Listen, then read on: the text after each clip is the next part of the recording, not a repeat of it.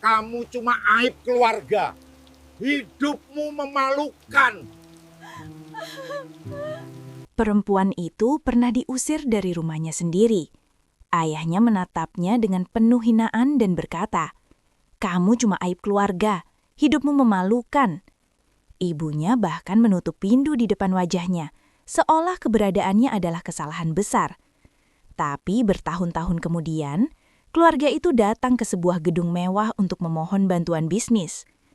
Dan saat pemilik gedung turun dari mobil hitam elegan, mereka langsung pucat. Karena wanita yang dulu mereka hina sebagai aib keluarga, ternyata adalah pemilik seluruh gedung itu. Halo teman-teman, selamat datang di channel ini. Tempat kita berbagi cerita inspiratif, kisah kehidupan penuh makna, dan perjalanan dari diremehkan menjadi sukses yang sering terjadi di kehidupan nyata. Di sini kalian akan menemukan drama keluarga, motivasi hidup, dan cerita menyentuh hati yang bisa memberi pelajaran berharga. Jika kalian suka konten seperti ini, jangan lupa like, subscribe, dan share agar channel ini terus berkembang. Tulis juga di kolom komentar, kalian menonton dari daerah mana. Senang sekali bisa tahu penonton kita dari berbagai tempat. Dan jangan lupa, channel ini update setiap hari jam 11 siang, jadi pastikan kalian tidak ketinggalan cerita berikutnya. Namanya Nadira. Di rumah besar keluarga Wijaya, namanya hampir selalu disebut. Tapi bukan dengan nada bangga. "Kenapa kamu tidak bisa seperti kakakmu?" Kalimat itu adalah hal yang paling sering didengar Nadira sejak kecil. Kakaknya, Rena, selalu menjadi kebanggaan keluarga. Nilainya sempurna, kuliahnya di universitas terkenal, dan setiap tamu yang datang selalu dipamerkan kepadanya. Sementara Nadira, namanya sering muncul hanya ketika ada masalah. Suatu sore, ruang makan rumah itu kembali dipenuhi suasana tegang. Ayah mereka, Pak Arman, baru saja pulang kerja ketika melihat Nadira duduk dengan laptop tua di meja. "Apa lagi yang kamu lakukan?" tanya ayahnya dengan nada curiga. Nadira menegakkan punggungnya sedikit. "Aku lagi belajar jualan online ya. Aku ingin coba bangun usaha kecil." Belum sempat ia menjelaskan lebih jauh, ayahnya langsung tertawa sinis. "Usaha? Kamu?" Rena yang duduk di samping hanya menghela napas pelan. "Nadira, kamu itu bahkan tidak serius kuliah. Sekarang mau jadi pebisnis," katanya dengan nada meremehkan. Wajah Nadira memanas, tapi ia mencoba tetap tenang. "Aku cuma ingin mencoba sesuatu yang aku suka," jawabnya pelan. Namun kalimat itu justru membuat ayahnya semakin kesal. Pak Arman menepuk meja makan dengan keras. "Yang kamu suka? Hidup ini bukan soal suka atau tidak. Kamu pikir keluarga ini punya waktu menanggung kegagalanmu?" Ruangan itu langsung sunyi. Ibunya yang berdiri di dapur hanya melirik sekilas, lalu kembali sibuk seolah percakapan itu bukan hal penting. Nadira menggenggam ujung bajunya. "Aku tidak minta uang dari siapapun ya. Aku cuma ingin mencoba." "Cukup!" Suara ayahnya menggema di ruang makan. "Kamu selalu punya alasan, selalu punya mimpi yang tidak jelas." Pak Arman menatap Nadira dengan tajam, seolah sedang menilai sesuatu yang memalukan. "Lihat kakakmu," katanya dingin. "Dia membanggakan keluarga, sementara kamu cuma membuat orang bertanya-tanya, apa yang salah dengan anakku?" Kata-kata itu menusuk jauh lebih dalam daripada yang terlihat. Rena menambahkan dengan nada halus namun menyakitkan. "Kadang aku juga tidak mengerti kamu, Nadira. Kesempatan kuliah bagus sudah diberikan, tapi kamu malah sibuk dengan hal-hal yang tidak jelas." Nadira menunduk. Ia ingin menjelaskan bahwa kuliah itu bukan jalannya, bahwa ia merasa lebih hidup ketika membangun sesuatu sendiri. Namun di rumah ini, mimpi seperti itu selalu dianggap kesalahan. Ayahnya berdiri dari kursinya. "Dengar baik-baik," katanya dingin. "Kalau kamu terus seperti ini, suatu hari kamu hanya akan jadi aib keluarga." Kalimat itu menggantung di udara seperti pisau tajam. Nadira menahan napasnya. Ia tidak menangis. Ia hanya menunduk, menyembunyikan luka yang perlahan tumbuh di dalam hatinya. Di rumah itu, Nadira mulai mengerti satu hal. Bukan semua orang dilahirkan untuk menjadi kebanggaan keluarga. Beberapa orang justru harus hidup dengan label yang lebih berat. Label yang suatu hari nanti akan mengubah seluruh hidupnya. Aib keluarga. Malam itu, hujan turun deras.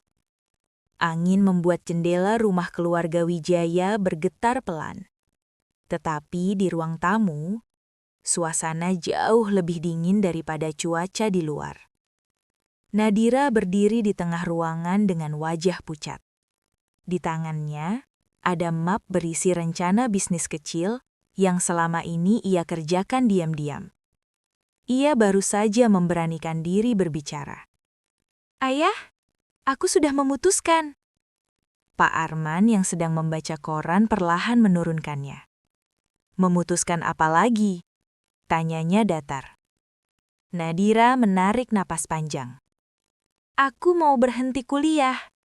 Aku ingin fokus membangun usaha sendiri." Kalimat itu membuat ruangan seketika hening. Ibunya yang sedang menuang teh berhenti bergerak. Rena yang duduk di sofa langsung menatap Nadira dengan ekspresi tidak percaya. Pak Arman tertawa pendek. "Ulangi lagi apa yang kamu katakan?" Nadira menggenggam map itu lebih erat. "Aku ingin membangun bisnis. Aku sudah belajar banyak. Aku juga punya rencana." Belum selesai ia bicara, ayahnya berdiri dengan wajah merah. "Bisnis?" Suara itu menggema di seluruh ruangan. "Kamu bahkan belum menyelesaikan kuliah, Nadira. Dan sekarang kamu bicara soal bisnis, seperti kamu ini siapa?"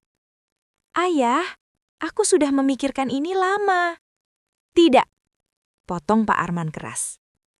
Ia berjalan mendekat, menatap Nadira seolah sedang melihat orang asing.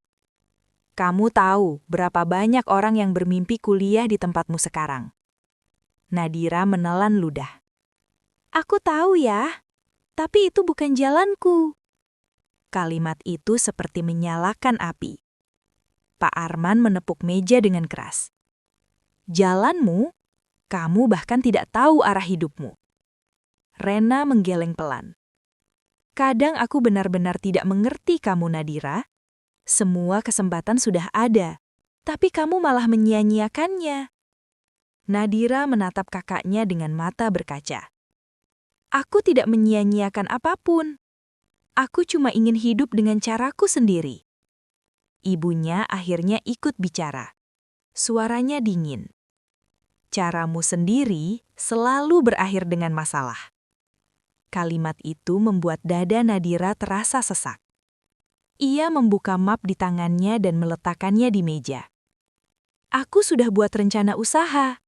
Aku tidak minta modal dari keluarga. Aku cuma ingin kalian percaya padaku." Pak Arman bahkan tidak melihat isi map itu. Ia hanya tertawa sinis. "Percaya?" Ia menunjuk Nadira dengan tajam. "Selama ini yang kamu lakukan hanya mempermalukan keluarga. Sekarang kamu ingin kami percaya?" "Ayah." Pak Arman menatapnya dingin, lalu berkata pelan namun menusuk. "Kalau kamu tetap memilih jalan bodoh itu, maka kamu bukan lagi tanggung jawab keluarga ini." Ruangan itu terasa seperti berhenti bernafas. Nadira membeku. "Ayah? Maksudnya apa?" Pak Arman menunjuk pintu depan. "Pergi." Satu kata itu terasa seperti petir. Kalau kamu ingin hidup dengan caramu sendiri, lakukan di luar rumah ini. Air mata Nadira akhirnya jatuh. "Ibu?" bisiknya lirih. Namun ibunya hanya menunduk tanpa berkata apa-apa. Seolah keputusan itu sudah benar. Rena juga tidak membelanya. Ia hanya berkata pelan, "Mungkin ini pelajaran yang kamu butuhkan." Nadira berdiri diam beberapa detik. Lalu, perlahan, ia mengambil tas kecilnya. Tidak ada yang menghentikannya. Tidak ada yang memanggil namanya. Saat ia membuka pintu, angin malam yang dingin langsung menerpa wajahnya. Langkahnya berhenti sebentar di ambang pintu.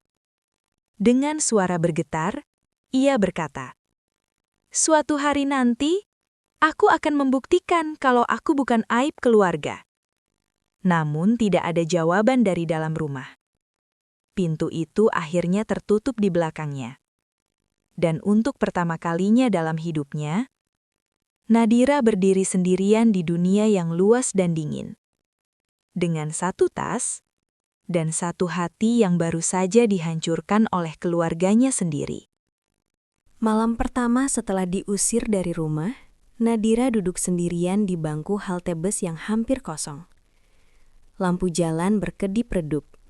Angin malam menusuk kulitnya yang masih basah oleh hujan. Tas kecil di sampingnya adalah satu-satunya barang yang ia miliki sekarang. Nadira menatap jalan yang sepi dengan mata kosong. Jadi, ini hidup baruku, gumamnya pelan. Ia mencoba tersenyum, tapi yang keluar justru napas berat. Ponselnya bergetar. Nama Rena muncul di layar. Nadira ragu beberapa detik sebelum akhirnya menjawab. Halo? Suara kakaknya terdengar dingin. Nadira, kamu benar-benar pergi. Nadira menatap jalanan di depannya.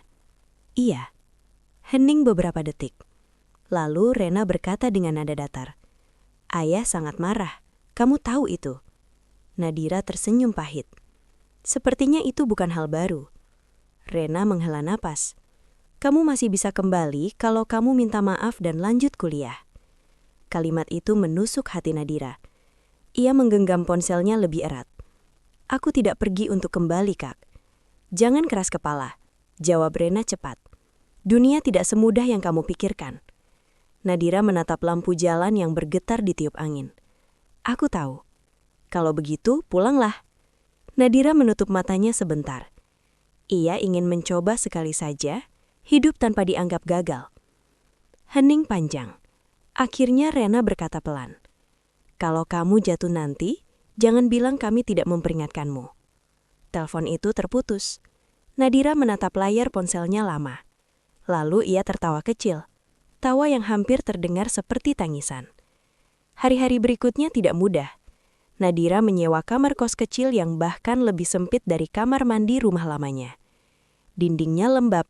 Lampunya redup, dan jendelanya menghadap tembok bangunan lain.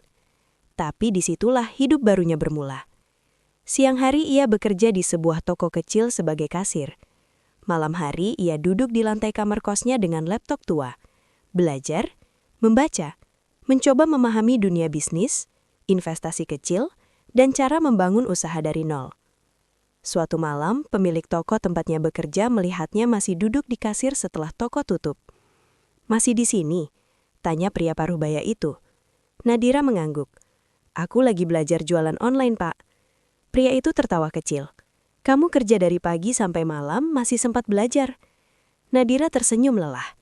Kalau aku berhenti belajar, aku tidak akan pernah keluar dari hidup seperti ini. Pria itu menatapnya beberapa detik. Lalu berkata pelan. Kamu mengingatkanku pada seseorang. Siapa? Diriku sendiri. 20 tahun lalu. Nadira terkejut. Pria itu menepuk meja kasir. Kalau kamu benar-benar serius dengan bisnis, jangan takut gagal. Ia menatap Nadira dengan serius. Orang sukses itu bukan orang yang tidak pernah jatuh. Lalu apa?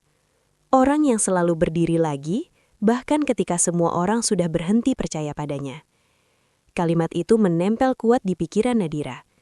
Namun perjalanan tetap tidak mudah. Usaha kecil pertamanya gagal. Barang yang ia jual tidak laku. Tabungannya hampir habis. Suatu malam ia duduk di lantai kamar kosnya dengan wajah pucat. Apa mereka benar? Bisiknya pada dirinya sendiri. Air mata jatuh tanpa suara. Namun setelah beberapa menit, Nadira menghapus air matanya. Ia membuka laptopnya lagi. Belum. Katanya pelan. Ini belum selesai. Di dunia yang luas ini, tidak ada keluarga yang mendukungnya. Tidak ada orang yang percaya padanya. Tapi Nadira masih memiliki satu hal yang tidak bisa diambil siapapun. Tekad untuk membuktikan bahwa hidupnya bukan kesalahan. 3 tahun berlalu sejak Nadira meninggalkan rumah keluarganya. Hidupnya masih jauh dari kata mudah. Tetapi satu hal sudah berubah. Ia tidak lagi bertahan hidup. Ia mulai bergerak maju. Usaha kecilnya menjual berbagai produk secara online perlahan berkembang. Tidak besar, tapi cukup untuk membuatnya keluar dari kamar kos sempit dan menyewa kantor kecil di lantai 2 sebuah bangunan tua.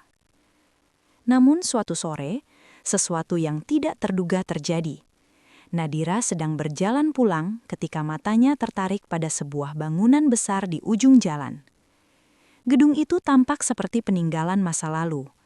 Catnya mengelupas, kaca jendelanya banyak yang pecah, dan papan besar bertuliskan dijual tergantung miring di depannya. Nadira berhenti. Ia menatap gedung itu lama. Entah kenapa hatinya berdebar. Kenapa aku merasa tempat ini punya potensi? Gumamnya. Keesokan harinya, rasa penasaran itu membuat Nadira kembali ke sana. Seorang pria paruh baya berdiri di depan gedung itu, tampaknya agen properti. "Kamu tertarik dengan bangunan ini?" tanyanya heran. Nadira mengangguk pelan. "Boleh saya lihat bagian dalamnya?" Pria itu tertawa kecil. Kebanyakan orang bahkan tidak mau mendekat. Kamu malah mau masuk. Ia membuka pintu berdebu itu. Bagian dalam gedung terlihat lebih menyedihkan. Langit-langit retak, lantai penuh debu. Beberapa ruangan bahkan hampir runtuh. Gedung ini sudah kosong hampir 5 tahun, kata agen itu. Pemilik lama bangkrut, tidak ada yang mau membelinya. Nadira berjalan perlahan menyusuri lorong. Ia membayangkan sesuatu yang orang lain tidak lihat. Ruang kantor, kafe kecil, tempat kerja bersama. Sebuah pusat bisnis. "Berapa harga gedung ini?" tanya Nadira tiba-tiba. Agen itu menatapnya dengan alis terangkat.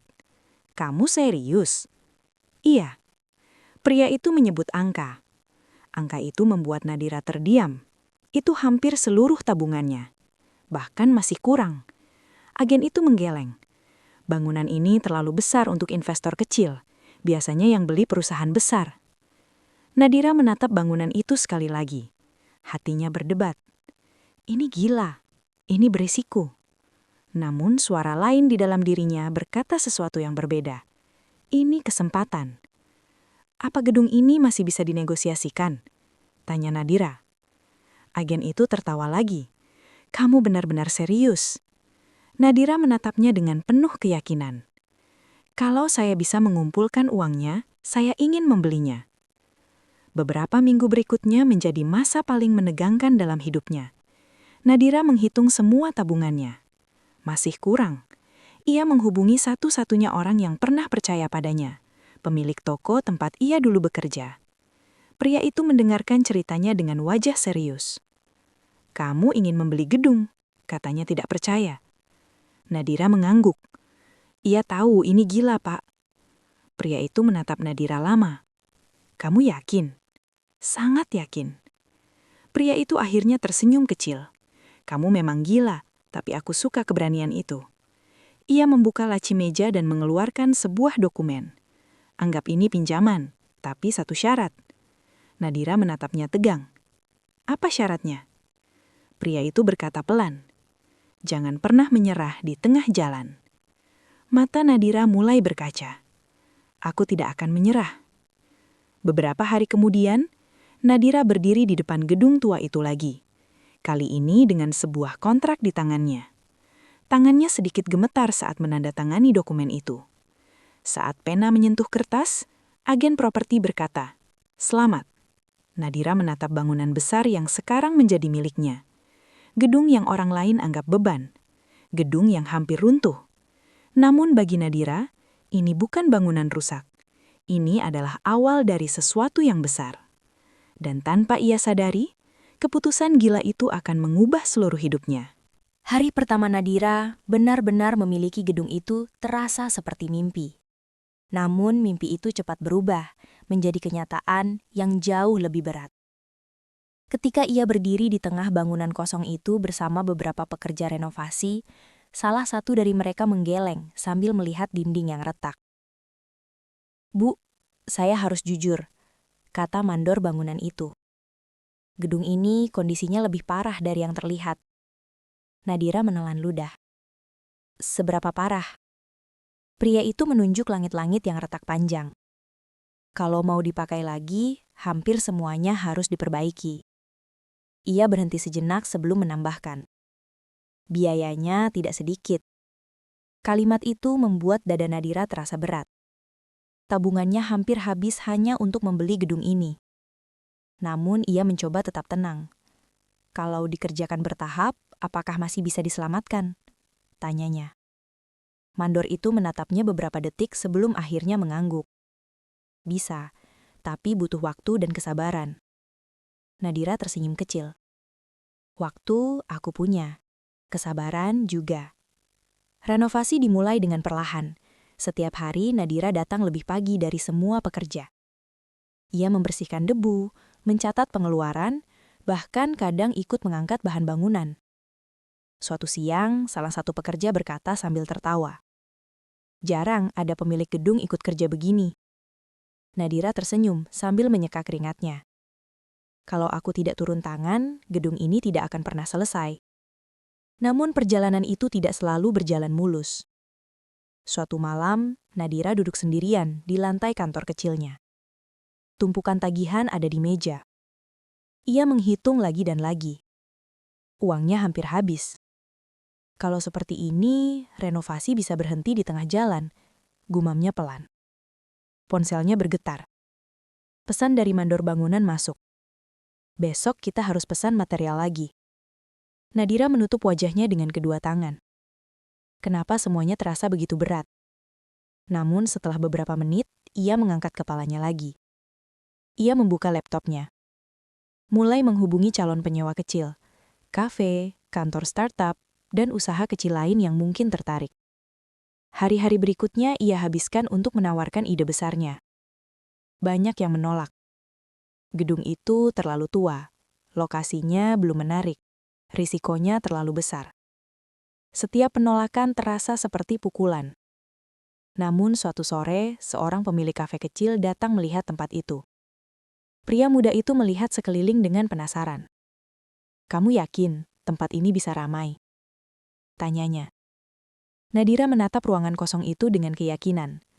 Suatu hari nanti, tempat ini akan jadi pusat bisnis. Pria itu tertawa kecil. "Kamu percaya diri sekali." Nadira tersenyum, karena aku sudah melihat masa depannya. Beberapa detik ruangan itu hening, lalu pria itu mengangguk. "Baiklah, aku ambil satu lantai kecil untuk kafe." Nadira hampir tidak percaya dengan apa yang ia dengar. "Serius?" "Serius, tapi kalau sepi jangan salahkan aku." Hari itu menjadi titik awal perubahan.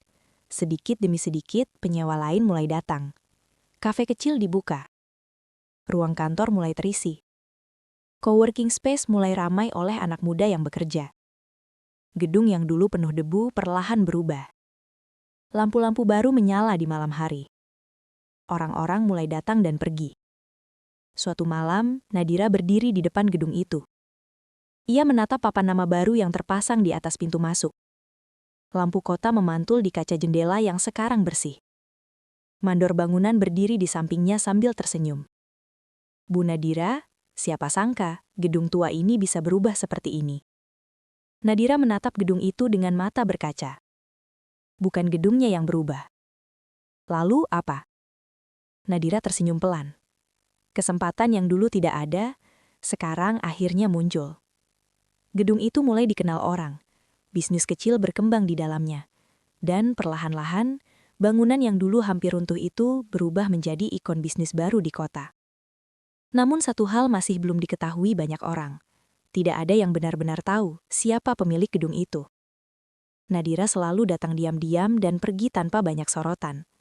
Seolah kesuksesan itu bukan sesuatu yang ingin ia pamerkan. Padahal jauh di dalam hatinya, ia tahu suatu hari nanti seseorang dari masa lalunya akan melihat tempat ini. Dan saat hari itu datang, semua orang akan tahu siapa sebenarnya wanita yang dulu disebut aib keluarga. Bertahun-tahun berlalu sejak Nadira meninggalkan rumah keluarganya. Gedung yang dulu hampir runtuh itu kini berubah menjadi salah satu pusat bisnis paling ramai di kota. Lampu-lampu menyala terang setiap malam, kafe selalu penuh pengunjung, dan berbagai perusahaan kecil hingga menengah membuka kantor di sana.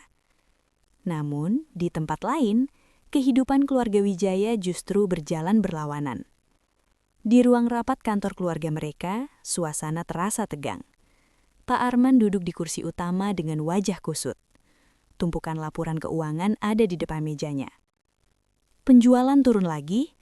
Tanyanya dengan suara berat. Manajer keuangan mengangguk gugup. Iya Pak, 2 cabang kita bahkan sudah tutup bulan lalu. Rena, yang kini membantu bisnis keluarga, terlihat gelisah. Kalau kita tidak segera membuka cabang baru di lokasi yang strategis, perusahaan bisa semakin terpuruk.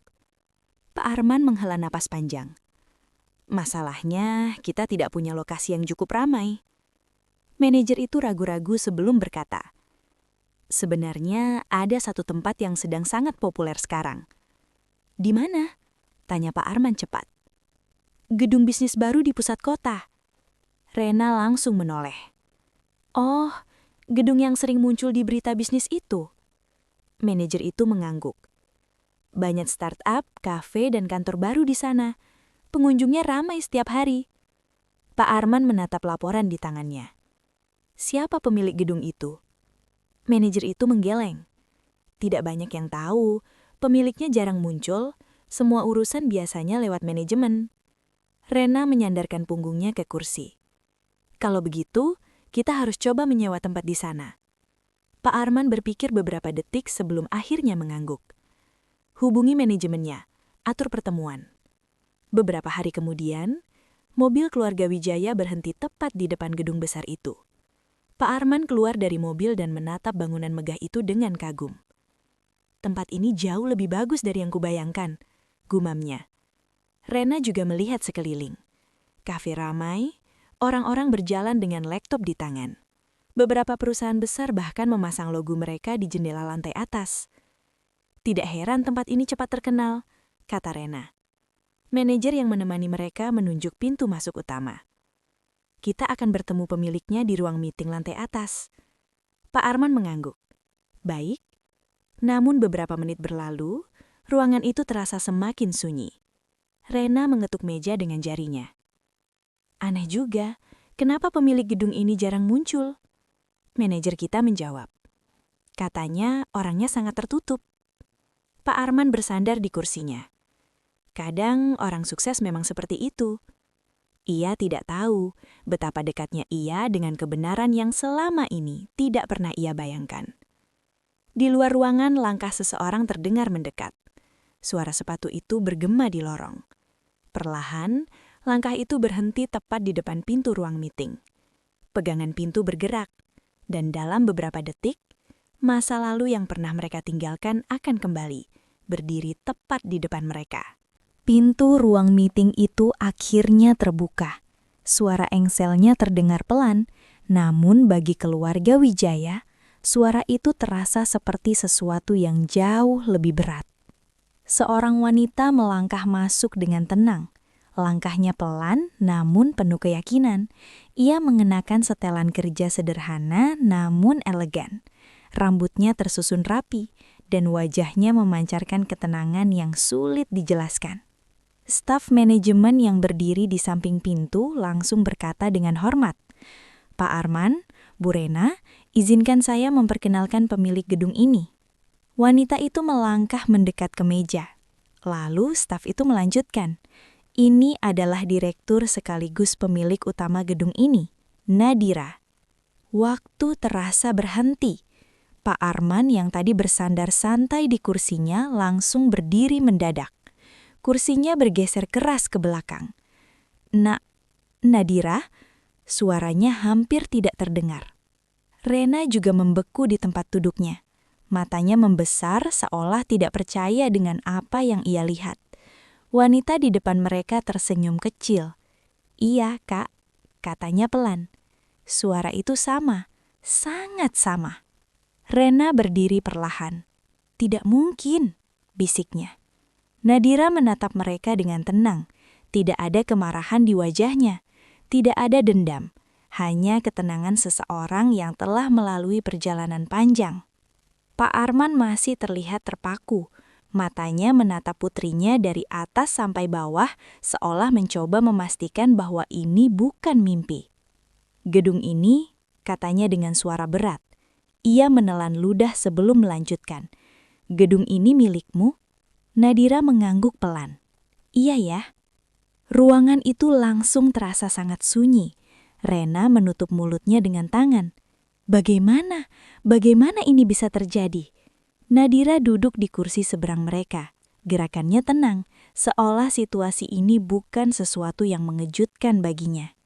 Aku membelinya beberapa tahun lalu. Jawabnya sederhana. Pak Arman menggeleng perlahan. Tidak, tidak mungkin. Ia teringat kembali malam ketika ia mengusir Nadira dari rumah. Ia masih ingat tas kecil di tangan putrinya. Ia masih ingat hujan malam itu. Waktu kamu pergi, kamu bahkan tidak punya apa-apa, katanya pelan. Nadira tersenyum tipis. Kadang seseorang tidak membutuhkan banyak hal untuk memulai. Rena menatap gedung itu melalui kaca banjar besar. Orang-orang berjalan sibuk di bawah. Kafe penuh, kantor-kantor ramai. Semua ini, katanya lirih, semua ini kamu bangun. Nadira mengangguk. Pak Arman akhirnya duduk kembali perlahan. Untuk pertama kalinya dalam hidupnya, ia terlihat benar-benar kehilangan kata-kata. Beberapa detik ruangan itu hening. Lalu ia berkata dengan suara yang jauh lebih pelan dari biasanya. Nadira? Nadira menatapnya. Pak Arman menunduk sedikit. Aku bilang kamu akan menjadi aib keluarga. Kalimat itu menggantung di udara. Rena juga menundukkan kepala. Namun Nadira tidak terlihat marah. Ia hanya menatap ayahnya dengan tenang. Kadang orang mengatakan sesuatu saat mereka belum melihat keseluruhan cerita, katanya pelan. Tak Arman mengangkat kepalanya perlahan. Tatapan matanya kini berbeda, bukan lagi penuh kemarahan, melainkan sesuatu yang lebih berat, penyesalan. Dan sekarang, katanya pelan, sekarang aku baru melihat siapa kamu sebenarnya. Di luar jendela, matahari mulai turun di balik gedung-gedung kota. Cahaya senja memantul di kaca bangunan yang kini berdiri megah. Gedung yang dulu hampir runtuh. Gedung yang sekarang mempertemukan kembali sebuah keluarga dengan cara yang tidak mereka bayangkan sebelumnya. Ruangan meeting itu masih terasa sunyi. Pak Arman duduk diam dengan tangan bertumpu di meja. Wajahnya yang biasanya tegas kini terlihat jauh lebih tua. Di hadapannya duduk Nadira, putri yang dulu ia usir dari rumah. Perempuan yang pernah ia sebut aib keluarga. Rena akhirnya memecah keheningan. Nadira, suaranya pelan, hampir seperti takut. Apa kamu marah pada kami? Pertanyaan itu menggantung di udara. Nadira menatap kakaknya beberapa detik sebelum menjawab. Kalau aku bilang tidak pernah sakit, itu bohong. Rena menunduk. Pak Arman juga terdiam. Nadira melanjutkan dengan suara tenang. Malam ketika aku pergi dari rumah, aku benar-benar tidak tahu harus kemana. Ia menatap keluar jendela sebentar, seolah melihat kembali masa lalu. Aku duduk sendirian di halte bus, membawa satu tas kecil, dan mencoba meyakinkan diriku bahwa hidupku belum berakhir. Pak Arman menggenggam tangannya erat. Setiap kata itu terasa seperti tusukan yang ia sendiri ciptakan. Ayah ingat malam itu? Katanya pelan. Nadira menatapnya. Waktu itu aku yakin aku melakukan hal yang benar. Ia berhenti sejenak. Tapi sekarang aku sadar aku mungkin sudah kehilangan sesuatu yang jauh lebih berharga. Nadira tidak langsung menjawab. Beberapa detik ruangan itu kembali hening. Rena akhirnya berkata dengan suara bergetar. Nadira, bisnis keluarga sedang kesulitan. Ia menatap meja, seolah sulit mengucapkan kalimat berikutnya. Itulah alasan kami datang ke sini. Kami ingin menyewa tempat di gedung ini. Pak Arman menambahkan dengan suara rendah. Kalau kamu tidak mau bekerja sama dengan kami mengerti. Kalimat itu terasa berat. Mereka datang untuk meminta bantuan kepada anak yang dulu mereka buang. Nadira bersandar sedikit di kursinya. Ia menatap ayah dan kakaknya lama. Kemudian ia berkata pelan, "Kalian tetap keluarga saya." Pak Arman terkejut. Rena juga mengangkat kepalanya. "Maksudmu?" tanya Rena. Nadira membuka sebuah map di depan meja. Ia mendorongnya ke arah mereka. Ini proposal kerjasama. Pak Arman menatap map itu dengan bingung. Kamu sudah menyiapkan ini? Nadira tersenyum kecil. Aku sudah tahu perusahaan kalian sedang kesulitan. Rena benar-benar terkejut. Kamu mengikuti perkembangan kami? Nadira mengangguk. Keluarga tetap keluarga, bahkan ketika mereka tidak lagi berada di dekat kita. Pak Arman membuka map itu dengan tangan sedikit gemetar. Di dalamnya ada rencana kerjasama lengkap, ruang usaha, potongan harga sewa, bahkan strategi pemasaran. Ia menatap Nadira dengan mata berkaca-kaca. Kamu masih mau membantu kami setelah semua yang terjadi? Nadira menjawab dengan tenang. Aku tidak membangun semua ini untuk membuktikan bahwa aku lebih baik dari siapapun. Ia menatap ayahnya. Aku membangunnya untuk membuktikan bahwa hidupku bukan kesalahan. Ruangan itu kembali hening. Pak Arman menutup map itu perlahan. Air matanya hampir jatuh. Nadira, suaranya serak. Maafkan ayah. Untuk pertama kalinya dalam hidupnya, pria yang selalu keras itu menundukkan kepalanya di depan putrinya sendiri. Rena juga ikut berkata dengan mata berkaca. Aku juga minta maaf. Nadira melihat mereka berdua. Luka lama memang tidak bisa hilang begitu saja. Namun ia juga tahu satu hal. Kebencian tidak akan membuat masa lalu berubah. Ia berdiri dari kursinya dan berkata pelan. Kalau kalian siap memulai lagi, kita bisa mulai dari sini. Pak Arman menatap putrinya dengan mata yang kini penuh rasa bangga, sesuatu yang dulu tidak pernah ia tunjukkan. Di luar jendela, lampu-lampu kota mulai menyala. Gedung besar itu berdiri megah di tengah keramaian. Gedung yang dulu hampir runtuh. Gedung yang sekarang menjadi saksi bahwa seorang perempuan yang pernah disebut aib keluarga justru menjadi orang yang menyelamatkan semuanya. Kisah Nadira mengajarkan kita satu hal yang sangat penting dalam hidup. Jangan pernah meremehkan seseorang hanya karena mereka belum berhasil hari ini.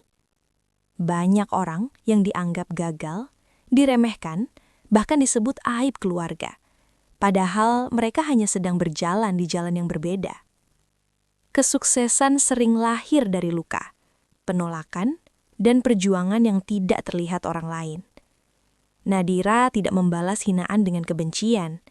Ia membalasnya dengan kerja keras, kesabaran, dan keberanian untuk terus bangkit setiap kali jatuh. Dan ketika akhirnya ia berhasil, ia tidak memilih balas dendam, melainkan memilih menjadi pribadi yang lebih besar dari masa lalunya.